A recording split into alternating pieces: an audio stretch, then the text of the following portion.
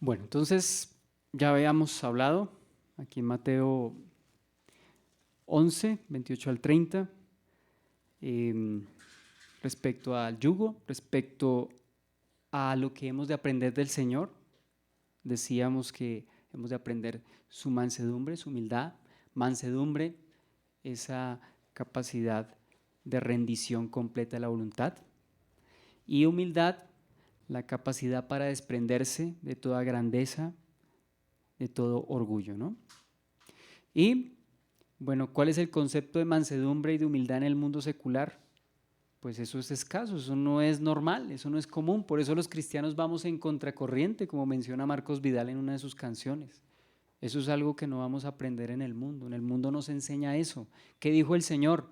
Los reyes de las naciones se enseñorean de ellas, pero entre ustedes, dice el Señor, no será así, sino que el que quiera ser el mayor tiene que ser el último, el siervo de todos, como el Hijo del Hombre. Repito, no vino para ser servido, sino para dar su vida en rescate por muchos, ¿no? Entonces, el Señor nos invita a ver esas cualidades como deseadas y como características propias del creyente, ¿no? Romanos, ¿qué nos enseña? Voy a solamente a citar rápidamente pasajes que nos hablan de la humildad, ese último punto, la humildad entre los creyentes. Romanos capítulo 12, versículo 2 al 3 dice, no os conforméis a versículo desde el 3. Digo pues por la gracia que me es dada a cada cual que está entre vosotros, que no tenga más alto concepto de sí que el que debe tener, sino que piense de sí con cordura, conforme a la medida de fe que Dios repartió a cada uno. Efesios 4, del 1 al 2, yo pues preso en el Señor ruego que andéis como es digno de la vocación con que fuisteis llamados, con toda humildad y mansedumbre, soportándoos con paciencia los unos a los otros en amor. ¿Sí ve? Humildad y mansedumbre. Pablo también lo está recalcando. Y pues ya habíamos mencionado también Filipenses capítulo 2, versículo 3, nada hagáis por contienda, por vanagloria, antes bien con humildad, estimando cada uno a los demás como superiores a él mismo. El mismo versículo nos está definiendo de manera, o sea, a modo de antónimo, nos está definiendo lo que significa la humildad. ¿Qué es la humildad? Según lo que acabamos de leer, no hagáis por contienda, por vanagloria, antes bien con humildad, estimando cada uno a los demás como superiores al mismo. ¿Se acuerda el original de la palabra? Bajo, ¿sí? O rebajarse, ¿sí? Aquello que es bajo y que no se levanta mucho. Entonces aquí estamos viendo qué significa la humildad. Entonces, ¿qué significa la humildad? ¿Cierto? No andar en vanagloria e incluso considerando a los demás como mayores a uno mismo. ¿Bien? Sí, señor. Por último, de este capítulo 11, entonces, vamos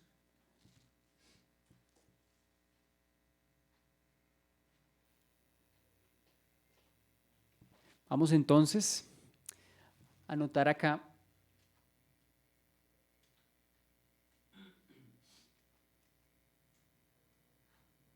el yugo fácil y la carga ligera del Señor en contraste con la carga propia.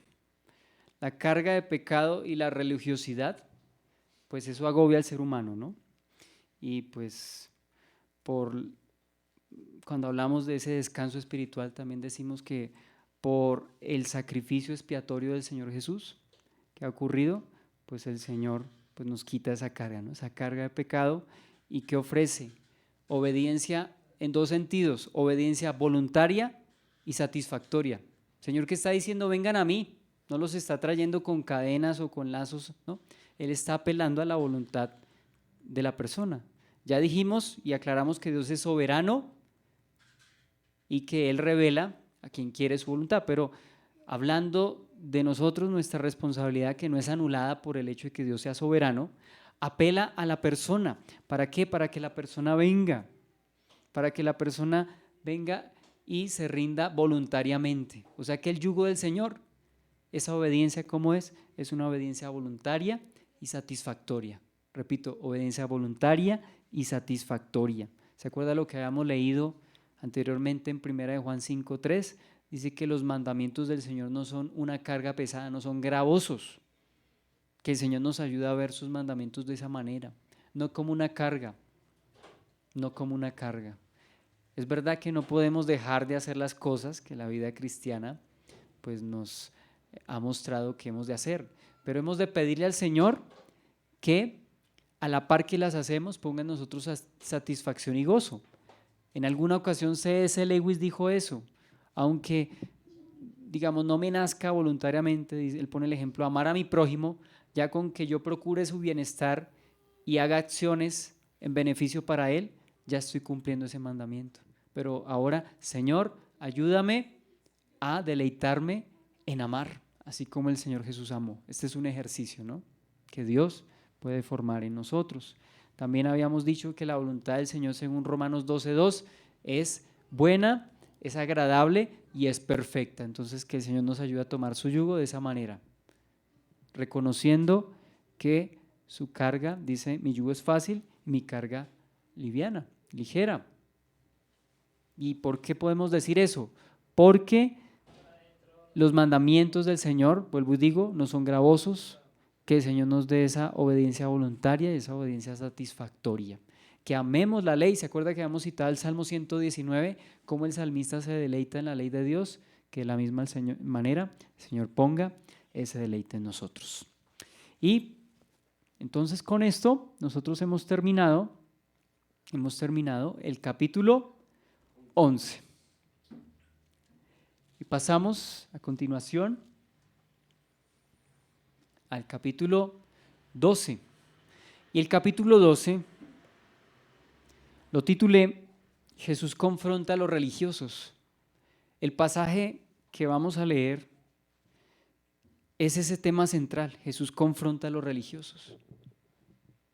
La mayoría de historias y de eventos que se narran en el capítulo 12 es Jesús, ¿cierto?, siendo objeto de crítica y de rechazo por parte de los religiosos, en la mayoría y en la extensión de ese pasaje. Entonces creo que lo que tiene en común este pasaje, y podríamos titularlo todo bajo este tópico: Jesús confronta a los religiosos. Vamos a leerlo rápidamente. Es un pasaje amplio, largo, tiene 50 versículos. Vamos a leerlos para entrar en contexto. Versículo 1. En aquel tiempo iba Jesús por los sembrados en un día de reposo, y sus discípulos tuvieron hambre y comenzaron a arrancar espigas y a comer. Viéndolo, los fariseos le dijeron: he aquí tus discípulos hacen lo que no es lícito hacer en el día de reposo. Pero él les dijo: ¿no habéis leído lo que hizo David cuando él y los que con él estaban tuvieron hambre? Cómo entró en la casa de Dios y comió los panes de la proposición, y que no les era lícito comer ni a él ni a los que con él estaban, sino solamente a los sacerdotes. ¿O no habéis leído en la ley cómo en el día de reposo los sacerdotes en el templo profanan el día de reposo y son sin culpa? Pues os digo que uno mayor que el templo está aquí. Y si supieseis lo que significa misericordia quiero y no sacrificio, no condenaríais a los inocentes, porque el Hijo del Hombre es Señor del día de reposo. Pasando de allí vino a la sinagoga de ellos. Y aquí había allí uno que tenía seca una mano, y preguntaron a Jesús para poder acusarle: ¿es lícito sanar en el día de reposo? Él les dijo: ¿qué hombre habrá de vosotros que tenga una oveja, y si ésta cayere en un hoyo en el día de reposo no le eche mano y la levante? Pues cuánto más vale un hombre que una oveja. Por consiguiente es lícito hacer bien en los días de reposo. Entonces dijo aquel hombre: extiende tu mano, y él la extendió, y le fue restaurada sana como la otra. Y salidos los fariseos tuvieron consejo contra Jesús para destruirle. Sabiendo esto, Jesús se apartó de allí y le siguió mucha gente y sanaba a todos. Y les encargaba rigurosamente que no le descubriesen, para que se cumpliese lo dicho por el profeta cuando dijo: he aquí mi siervo, a quien he escogido, mi amado, en quien se agrada mi alma. Pondré mi espíritu sobre él, y a los gentiles anunciará juicio. No contenderá ni voceará, ni nadie oirá su voz en las calles su voz. La caña cascada no quebrará, y el pábilo que humea no apagará, hasta que saque a victoria el juicio, y en su nombre esperarán los gentiles. Entonces fue traído a él un endemoniado ciego y mudo, y le sanó de tal manera que el ciego y mudo veía y hablaba. Y toda la gente estaba atónita y decía: ¿será este aquel hijo de David? Mas los fariseos al oírlo decían: este no echa a los demonios, no echa fuera a los demonios, sino por Belcebú, príncipe de los demonios. Sabiendo Jesús los pensamientos de ellos, les dijo: todo reino dividido contra sí mismo es asolado, y toda ciudad o casa dividida contra sí misma no permanecerá. Y si Satanás echa fuera a Satanás contra sí mismo y está dividido, ¿cómo pues permanecerá su reino? Y si yo echo fuera a los demonios por Belcebú, ¿por quién los echan vuestros hijos? Por tanto ellos serán vuestros jueces. Y si yo por el Espíritu de Dios echo fuera a los demonios, ciertamente ha llegado a vosotros el reino de Dios. Porque ¿cómo puede alguno entrar en la casa del hombre fuerte y saquear sus bienes si primero no le ata? Y entonces podrá saquear su casa. El que no es conmigo, contra mí es, y el que conmigo no recoge, desparrama. Por tanto os digo, todo pecado y blasfemia será perdonado a los hombres, mas la blasfemia contra el Espíritu no le será perdonada. A cualquiera que dijere alguna palabra contra el Hijo del Hombre le será perdonado, pero al que hable contra el Espíritu Santo no le será perdonado, ni en este siglo ni en el venidero. O haced al árbol bueno y su fruto bueno, o haced al árbol malo y su fruto malo, porque por el fruto se conoce el árbol. Generación de víboras, ¿cómo podéis hablar lo bueno siendo malos? Porque de la abundancia del corazón habla la boca. El hombre bueno del buen tesoro del corazón saca buenas cosas, y el hombre malo del mal tesoro saca malas cosas. Mas yo os digo que de toda palabra ociosa que hablen los hombres, de ella darán cuenta en el día del juicio, porque por tus palabras serás justificado y por tus palabras serás condenado. Entonces respondieron algunos de los escribas y de los fariseos diciendo: Maestro, deseamos ver de ti señal. Él respondió y les dijo: la generación mala y adúltera demanda señal, pero señal no le será dada sino la señal del profeta Jonás. Porque como estuvo Jonás en el vientre del gran pez 3 días y 3 noches, así estará el Hijo del Hombre en el corazón de la tierra 3 días y 3 noches. Los hombres de Nínive se levantarán en el juicio con esta generación y la condenarán, porque ellos se arrepintieron en la predicación de Jonás, y aquí más que Jonás en este lugar. La reina del sur se levantará en el juicio con esta generación y la condenará, porque ya vino de los fines de la tierra para oír la sabiduría de Salomón, y aquí más que Salomón en este lugar. Cuando el espíritu inmundo sale del hombre, anda por lugares secos buscando reposo y no lo halla. Entonces dice: volveré a mi casa de donde salí, y cuando llega a la casa halla la desocupada, barrida y adornada. Entonces va y toma consigo otros 7 espíritus peores que él, y entrados moran allí, y el postrer estado de aquel hombre viene a ser peor que el primero. Así también acontecerá a esta mala generación. Mientras él aún hablaba a la gente, aquí su madre y sus hermanos estaban afuera y querían hablar. Y le dijo uno: he aquí tu madre y tus hermanos están afuera y te quieren hablar. Respondiendo él al que le decía esto, dijo: ¿quién es mi madre y quiénes son mis hermanos? Y extendiendo su mano hacia sus discípulos, dijo: he aquí mi madre y mis hermanos, porque todo aquel que hace la voluntad de mi Padre que está en los cielos, ese es mi hermano, mi hermana y mi madre. Entonces dése cuenta que la mayoría del capítulo trata precisamente de esa confrontación del Señor a los religiosos y la crítica de los religiosos al Señor. El Señor siempre sale triunfante en todas esas discusiones. Es decir, el Señor siempre, con sus perfectos argumentos, evidencia la verdad.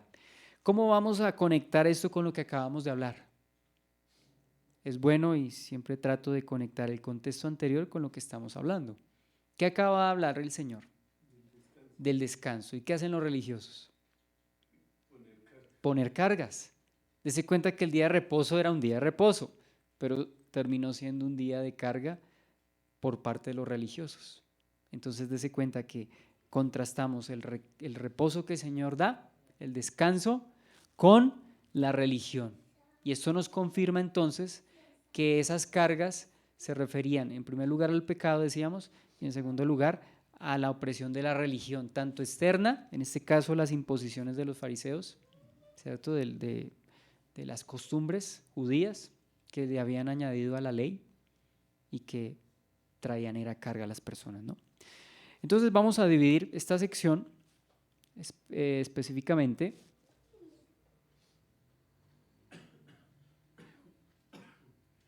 como sigue. En primer lugar, entonces, Jesús, Señor del día de reposo, versículo 1 al versículo 13. En segundo lugar, la humildad de Jesús, versículo 14 al versículo 23. Tercer lugar, vamos a hablar de los fariseos blasfemando contra el Espíritu Santo, versículo 24 al versículo 37. Y los fariseos piden señal, versículo 30 y, perdóneme. Los fariseos piden señal.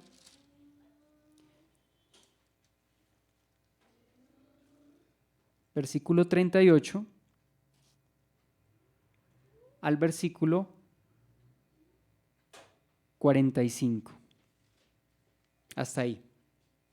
Vamos a tomar, perdóneme que ahí me equivoqué, es del versículo 38 al 45, incluyendo el espíritu inmundo que vuelve. ¿Por qué lo incluimos dentro de la generación pidiendo señal? Porque está dentro del mismo contexto y se refiere a esa perversa generación, la que pide señales, más señales de las que se les ha dado. Y luego la madre y los hermanos de Jesús, versículo 46 al versículo 50. Entonces comenzamos hablando de Jesús, Señor del día de reposo. Entonces en esta sección que ya leímos, habla de dos situaciones en relación con el día de reposo y están seguidas, son seguidas. De hecho, hay pasajes paralelos. Esos pasajes paralelos son Marcos capítulo 2, permítame, 12, Marcos capítulo 2,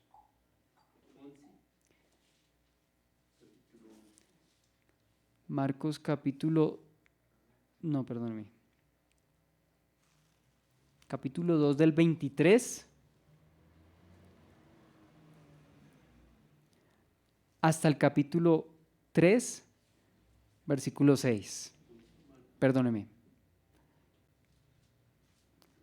Esta vez estuve con hartos errores de digitación. Marcos capítulo 2, del versículo 23 hasta el capítulo 3, versículo 6. Esos son los pasajes paralelos. Y el otro pasaje lo encontramos en Lucas 6, del 1 al 5. Son pasajes paralelos. ¿Por qué nos gusta y por qué es necesario tomar los pasajes paralelos? Porque nos dan detalles complementarios. Por eso los evangelios sinópticos se complementan y es importante tomarlos a la par. Bien, entonces vamos por consiguiente a ver que hay dos situaciones en las cuales el Señor es cuestionado por parte de los fariseos debido a las actividades que él realiza en el día de reposo. Y vamos a contestar la pregunta entonces, ¿Jesús quebrantó el día de reposo?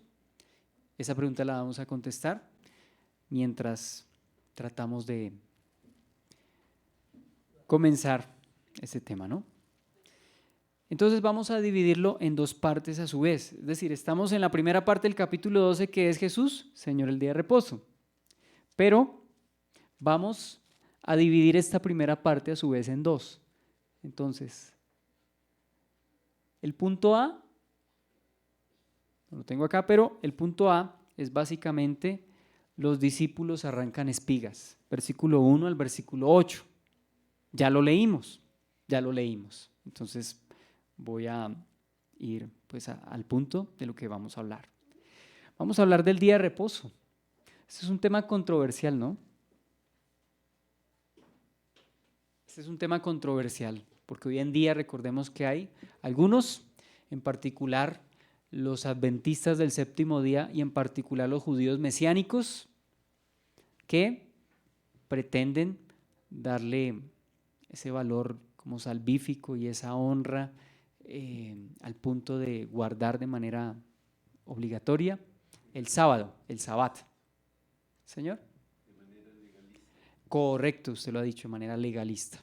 Legalista es tratar de justificarnos ante Dios por las obras de la ley y atribuirles un poder salvífico o atribuirles virtud y mérito ante Dios, si lo hacemos. O sea, ser agradables a los ojos de Dios en el sentido de incluso comprometer nuestra salvación en el guardar, en este caso, el día de reposo. Entonces vamos a hablar un poquito del día de reposo. Digo un poquito porque creo que el tema se podría extender mucho más, pero pues vamos a tratar de ser puntuales con lo que vamos a hablar, ¿no? ¿Cuándo comienza ¿Cuál es la primera referencia en la Biblia? ¿Cuáles creen ustedes que es la primera referencia a la Biblia al día de reposo?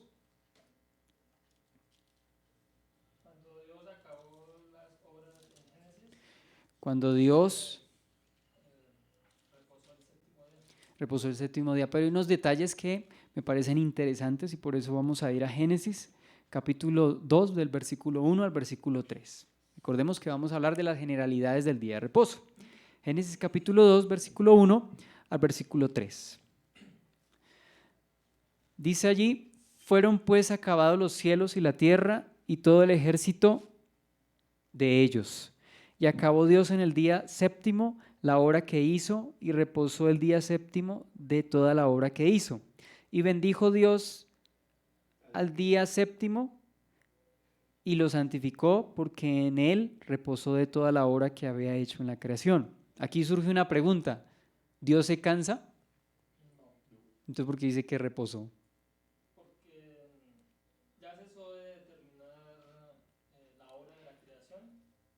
En primer lugar, entonces, cesa,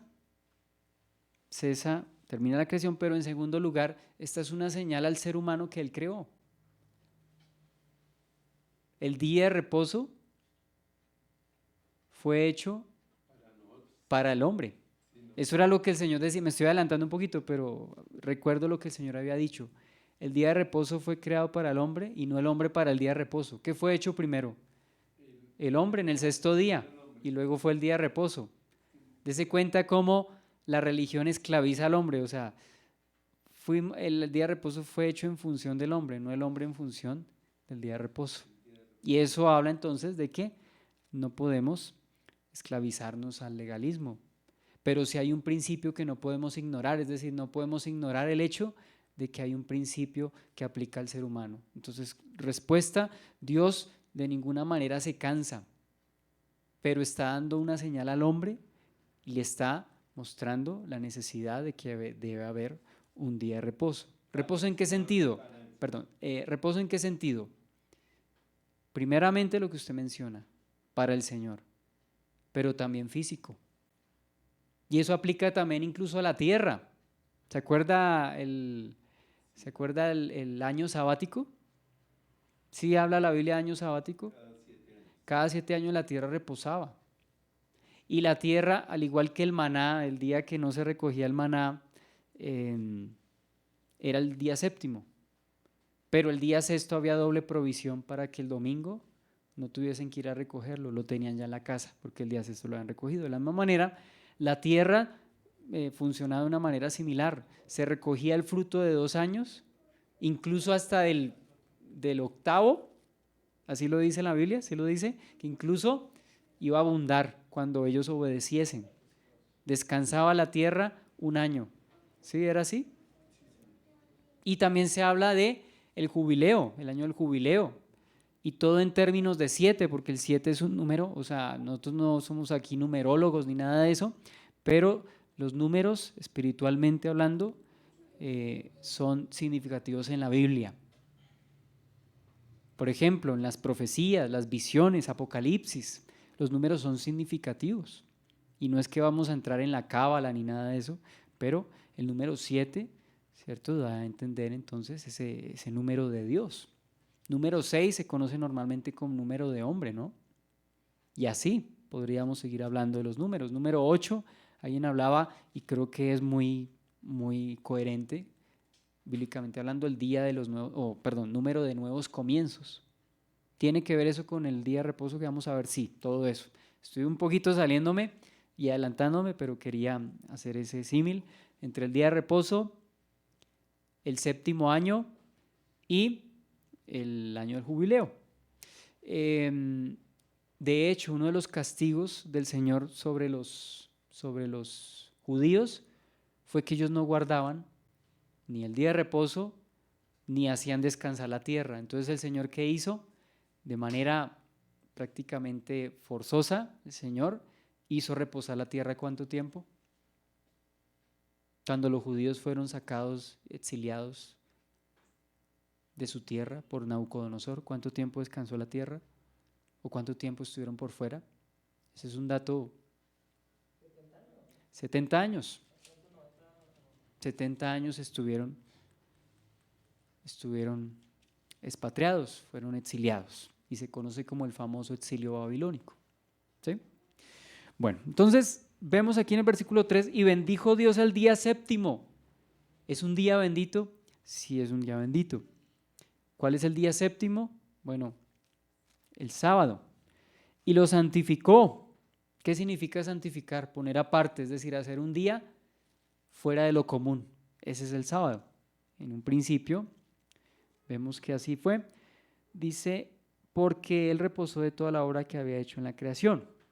Ya hablamos respecto al reposo de Dios, ¿no? Entonces, esa es la primera mención, o sea que ya el Señor con esto estaba dando a entender que el día de reposo iba a ser prominente. Pero como nos comenta Scofield comenta que el día de reposo, aunque se mencione desde el principio en Génesis, Noé tenía que guardarlo, Abraham tenía que guardarlo, Jacob tenía que guardarlo.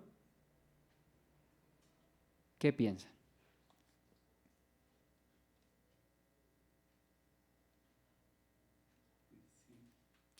No aparece como ley. Dios lo bendijo, pero Dios no dio mandamiento al respecto del día de reposo para los patriarcas, sino hasta el Sinaí.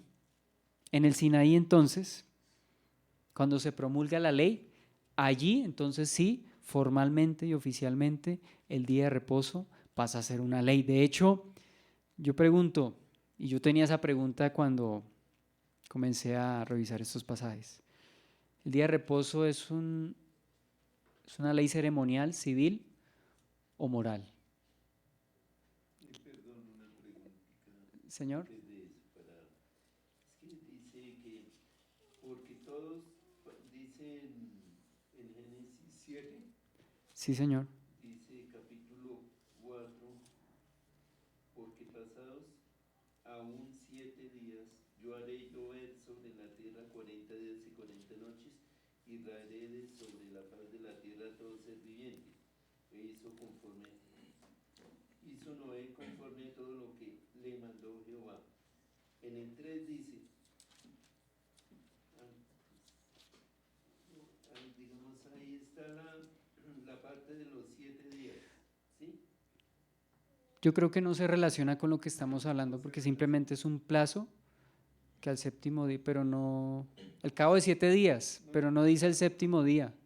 Ah, ya, eso era para ese caso. Sí, sí, Señor, pero no se habla, o sea, ahí no se dice que haya que guardar un día de reposo. Bien, entonces ya en Éxodo capítulo 16, todavía en Éxodo 16 ya la ley entra en vigencia.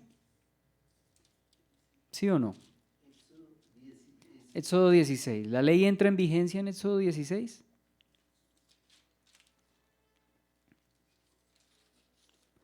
Creo que formalmente no. Está hablando del maná y precisamente, como habíamos nombrado, mencionado ahora, dice que ellos recogían el maná y el Señor les dijo algo.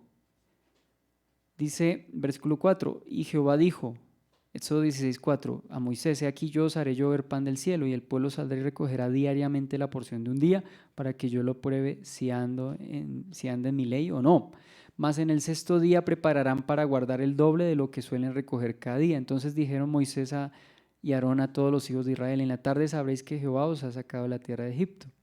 Bueno, entonces ya el Señor les había dado instrucción respecto a lo que debían hacer. Pero,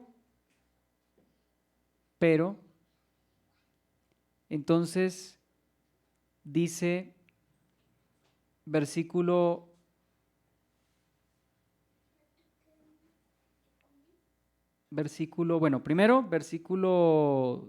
18, y lo medían por gomer, y no sobró al que había recogido mucho, ni faltó al que había recogido poco. Cada uno recogió conforme a lo que había de comer. Y les dijo, ninguno deje nada de ello para mañana.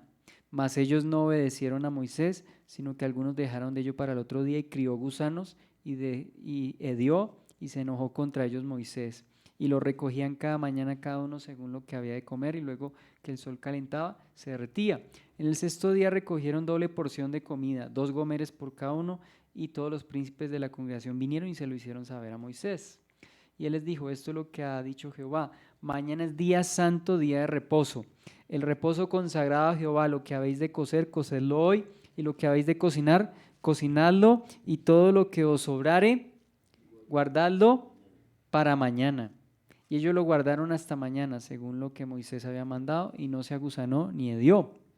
Y dijo Moisés: comelo hoy, porque hoy es día de reposo para Jehová. Hoy no hallaréis en el campo. 6 días lo recogeréis, mas al séptimo día es día de reposo, y en él no se hallará.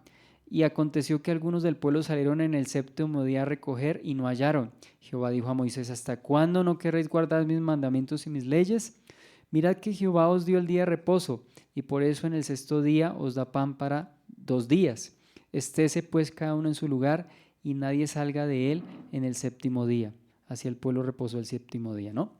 Entonces, dése cuenta la necedad del pueblo. Se les dice que no recojan más, sino una medida, los días que no sea necesario, y recogen doble. Y después les dice: no recojan el séptimo, y salen a buscarlo. Entonces, dése cuenta. ¿Ya es ley ahí? Bueno, prácticamente el Señor ya les está aclarando a través del maná, o sea, por medio del mandamiento respecto al maná, de paso les está presentando el día de reposo formalmente a Israel. Estaba al punto, o sea, ¿cuál sería la diferencia cuando se promulgó en el monte Sinaí? Aquí todavía no estaban en el Sinaí, pero ¿cuál sería la diferencia? A partir del Sinaí ya era un mandamiento que tenía consecuencias penales, es decir, so pena de que la persona fuese cortada del pueblo. Pero aquí no, aquí el Señor lo reprende. ¿Se da cuenta? Entonces, antes del capítulo 20, que es cuando el día de reposo junto con los otros mandamientos es dado a conocer, pues es que se establece como tal. Es decir, que hay castigo serio para el que lo viole. La pregunta que estaba haciendo yo es: ¿qué tipo de ley es el día de reposo? ¿Moral, ceremonial o civil? Porque habíamos dicho que la ley de Moisés pues contiene ese tipo de leyes. ¿Qué ley es?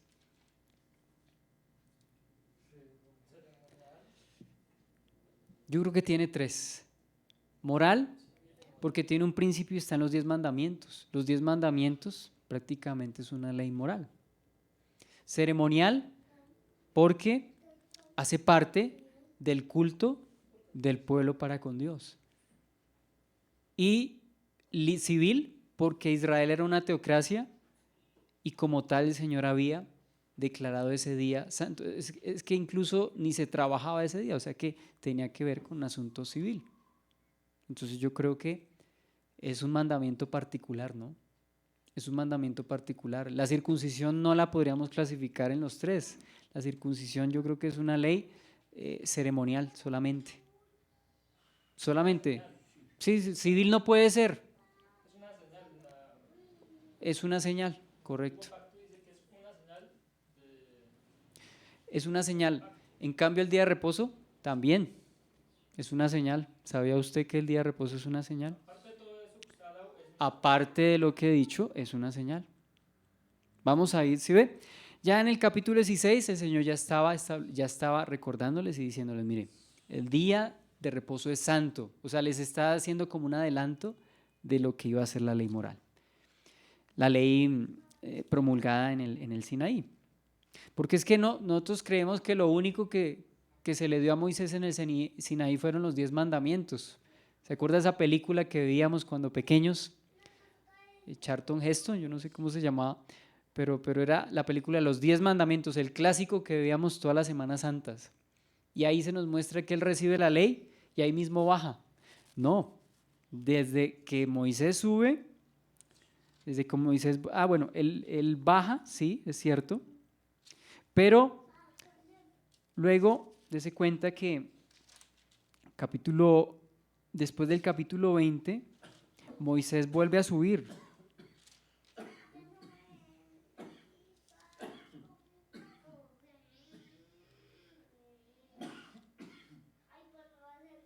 dice desde el versículo 18 del capítulo 20, dice, todo el pueblo observaba. O sea, mientras a Moisés se le estaba dando la ley, entonces el pueblo estaba abajo viendo pues toda esa manifestación de la gloria de Dios allí, ¿no? Entonces, se cuenta que en el Sinaí también se promulgaron leyes e instrucciones con respecto al tabernáculo. Se habló también de leyes civiles. Dese cuenta que desde el capítulo 21 vemos muchas cosas que el Señor le dio a Moisés. ¿Sí? Pero bueno, vamos entonces al capítulo 20, versículo 8. Acuérdate del día de reposo para santificarlo. ¿Qué significa santificarlo entonces? Apartarlo y reservarlo de manera especial y consagrada. Dice, versículo 9, 6 días trabajarás y harás toda tu obra, mas el séptimo día es reposo para Jehová tu Dios. No hagas en él obra alguna, tú, ni tu hijo, ni tu hija, ni tu siervo, ni tu criada, ni tu bestia, ni tu extranjero que está dentro de tus puertas, porque en 6 días hizo Jehová los cielos y la tierra, el mar y todas las cosas que en ellos hay, y reposó en el séptimo día. Por tanto Jehová bendijo el día de reposo y lo santificó. Dese cuenta que mientras el Señor respecto al homicidio dice no matarás, solamente es un versículo, para nosotros un versículo, pero prácticamente son 2 palabras. Pero para el día de reposo se extiende desde el versículo 8 hasta el versículo 11. O sea que es un principio importante. Da a entender que es un día santo, da a entender que es un día de reposo físico también. Entonces dése cuenta que ya a partir de aquí es una ley. Ley, creo yo, por lo que les compartía, dentro de las 3 categorías. O sea que eso aún más le da importancia al día de reposo. Hasta este punto diríamos, entonces hay que guardarlo. No hemos terminado. Vamos a seguir avanzando. Vamos a seguir avanzando. Vamos a pasar entonces a Éxodo capítulo... Ya vimos el 16. Vamos al capítulo 31, donde se amplía un poco más con respecto al día de reposo. Capítulo 31 de Éxodo. Capítulo 31 de Éxodo, versículo 12, desde el versículo 12. Dice, habló además Jehová a Moisés diciendo, tú hablarás a los hijos de Israel diciendo, en verdad vosotros guardaréis mis días de reposo, porque es señal entre mí y vosotros por vuestras generaciones, para que sepáis que yo soy Jehová que os santifico. Así que guardaréis el día de reposo, porque santo es a vosotros. El que lo profanare, de cierto morirá, porque cualquiera que hiciere obra alguna en él, aquella persona será cortada en medio de su pueblo. 6 días se trabajará, mas el día séptimo es día de reposo, consagrado a Jehová. Cualquiera que trabaje en el día de reposo ciertamente morirá. Guardarán pues el día de reposo los hijos de Israel, celebrándolo por sus generaciones, por pacto perpetuo. Esta es señal para siempre entre mí y los hijos de Israel, porque en 6 días hizo Jehová los cielos y la tierra, y en el séptimo día cesó y reposó. Siempre el Señor apela a la creación. Entonces, si el Señor lo hizo, nosotros también hemos de hacerlo. Dese cuenta, nuestra cultura occidental a veces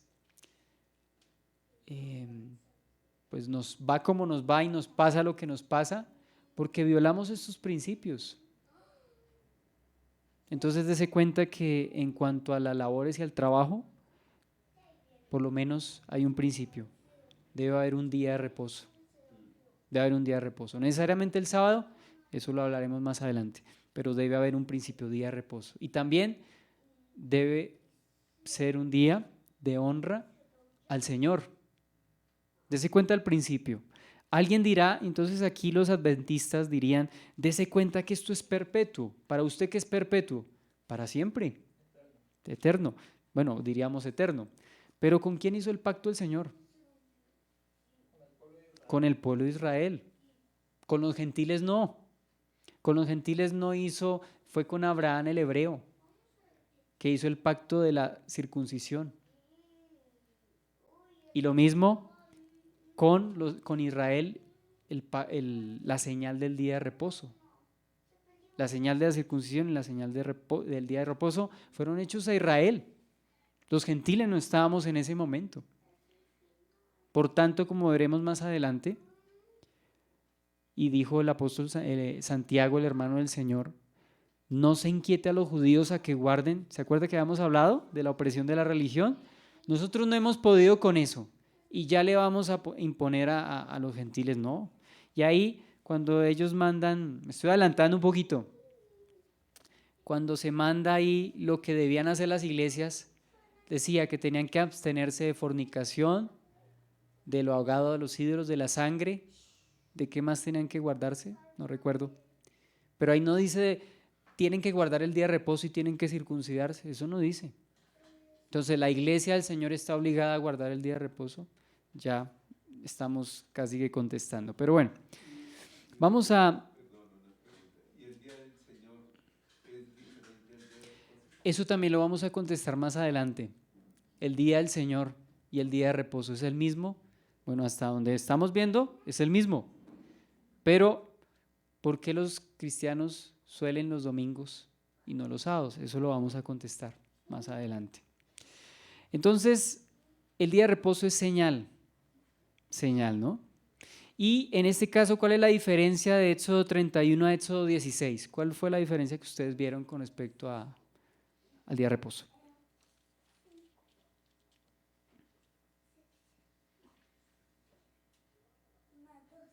En el 16 no hubo pena de muerte, pero ya en el 31 se está estableciendo pena de muerte para el que viole el día de reposo. ¿Sí ve? Ya es una ley y tiene que hacerse porque tiene que hacerse. Recuerde, es una ley. Pues sí, tiene un fundamento moral, tiene sentido civil y tiene sentido ceremonial. Las tres cosas. ¿Bien? También veamos Éxodo 35 del 1 al 3. Éxodo 35 del 1 al 3. Otra vez hablando del día de reposo. Moisés convocó a toda la congregación de los hijos de Israel y les dijo: estas son las cosas que Jehová ha mandado que sean hechas. 6 días se trabajará, mas el día séptimo será santo, día de reposo. Para Jehová, cualquiera que en él hiciere trabajo alguno morirá. No encenderéis fuego en ninguna de vuestras moradas en el día de reposo. Completo reposo. Y alguien dirá: uy, pero ¿se imagina la gente descansando un día? No se puede, sobre todo aquí en Colombia, donde eso en la mayoría de trabajos y sobre todo en los informales no cuenta. ¿Pero usted cree que Colombia es mejor económicamente por el hecho de trabajar más días? Compare Israel y compárenos a nosotros los occidentales, sobre todo los latinoamericanos. Israel guarda el día de reposo, bueno, yo lo guardo y no es que esté yo celebrando que ellos lo hagan, pero ellos tienen un principio. ¿Cuál es el principio? Guardan un día de descanso. Y es, si no estoy mal, en un ranking que había visto, es la octava economía, no sé, o la 10ª, no recuerdo. Está por encima de Corea del Sur, no me acuerdo, pero es una economía fuerte. Y dése cuenta que ellos guardan esos principios. ¿Qué quiere decir eso? Que ellos son salvos y que ellos son benditos y que ellos son obedientes a Dios. No estoy refiriéndome tanto al aspecto, en este caso espiritual, pero sí dése cuenta que aún el guardar la ley de Dios, recuerde que esto tiene connotación civil y connotación ceremonial, Dios honra, es decir, el principio se cumple. Cuando uno honra a Dios y vive incluso de acuerdo físicamente a lo que Él nos muestra, de acuerdo a esos principios, hay bendición. Entonces dése cuenta que no las personas que trabajan mucho necesariamente tienen más. ¿Sí? Yo lo comparo a nivel de nación y a nivel personal. Pero el Señor les está dando una ley. Y que debían dejar descansar la tierra. Para nosotros eso sería una locura en nuestro país. Yo creo que eso no... Háblele a una persona en el agro que haga eso se nos burlaría. Pero en Israel lo hacen y dése cuenta que el desierto de ellos florece y son exportadores de cítricos, exportadores de ¿qué más? Bueno, de frutas, Son una nación desarrollada y a pesar de que no son conversos en términos generales, esos principios les han dado físicamente bendición. Entonces, dése cuenta, si físicamente dan bendición, ¿cuánto más si nosotros tomamos lo más importante, el principio espiritual? ¿Cuál es el principio espiritual? Nos lo están mencionando acá. Para Jehová, santo, o sea, un tiempo de consagración a Dios. Un tiempo de consagración. Eso significa que los que trabajan y tienen turnos no pueden hacerlo, no. Recuerde que esta es una dispensación, la de la ley, pero ya en el Nuevo Testamento vamos a ver cómo aplicamos todo esto que es señal para Israel, pero para nosotros, pues en su sentido más completo, vamos a verlo. Recuerde que la Biblia tiene un principio que se llama revelación progresiva, es decir, que a medida que se fue escribiendo, muchos detalles son cada vez más específicos y claros. Y para nosotros es más claro lo que significa el día de reposo que de lo que fue para los israelitas en su momento. Bien, entonces vemos ese principio, ¿no? Ahora vamos a ver un ejemplo de una persona que violó el día de reposo. Eso lo encontramos en Números 15. ¿Recuerda ese caso? Un hombre que llevaba leña el día de reposo. Números capítulo 15, versículo 32 al 36. Sí, Señor. Estando los hijos de Israel en el desierto, hallaron a un hombre que recogía leña en el día de reposo. Y los que le hallaron recogiendo leña lo trajeron a Moisés y a Aarón y a toda la congregación y lo pusieron en la cárcel porque no estaba declarado qué se le había de hacer. Y Jehová dijo a Moisés: irremisiblemente muera aquel hombre, apedréelo toda la congregación fuera del campamento. Entonces lo sacó la congregación fuera del campamento y lo apedrearon y murió como Jehová mandó a Moisés. Ya el Señor les había dicho, sin embargo, ¿por qué les dio como, vamos a preguntarle al Señor? Porque creo que ese caso no se había visto antes y creo que hasta ese momento no se había dado pena de muerte o no había existido un violador a la ley del día de reposo, como lo hubo con este hombre. Pero igual, dése cuenta que habían consecuencias. Hasta aquí vamos a dejar entonces esta primera sección del día de reposo. O sea, la primera sección es lo que enseña la ley con respecto al día de reposo. Conclusión de lo que hemos visto, entonces, al principio Dios habló de él como santo, bendito, lo bendijo, pero después fue establecido formalmente como reglamento. ¿Sí? ¿Esto tiene un principio espiritual? Lo tiene. ¿Persiste hasta hoy? Persiste, no ve que está en los 10 mandamientos y los 10 mandamientos prácticamente son la esencia de la ley moral de Dios. ¿Qué es un número de prueba número 10? Número de prueba número 10, sí. ¿Y qué muestra? Qué pena, hermano. También nos muestra que cuando el pueblo de Israel tentó 10 veces a Dios.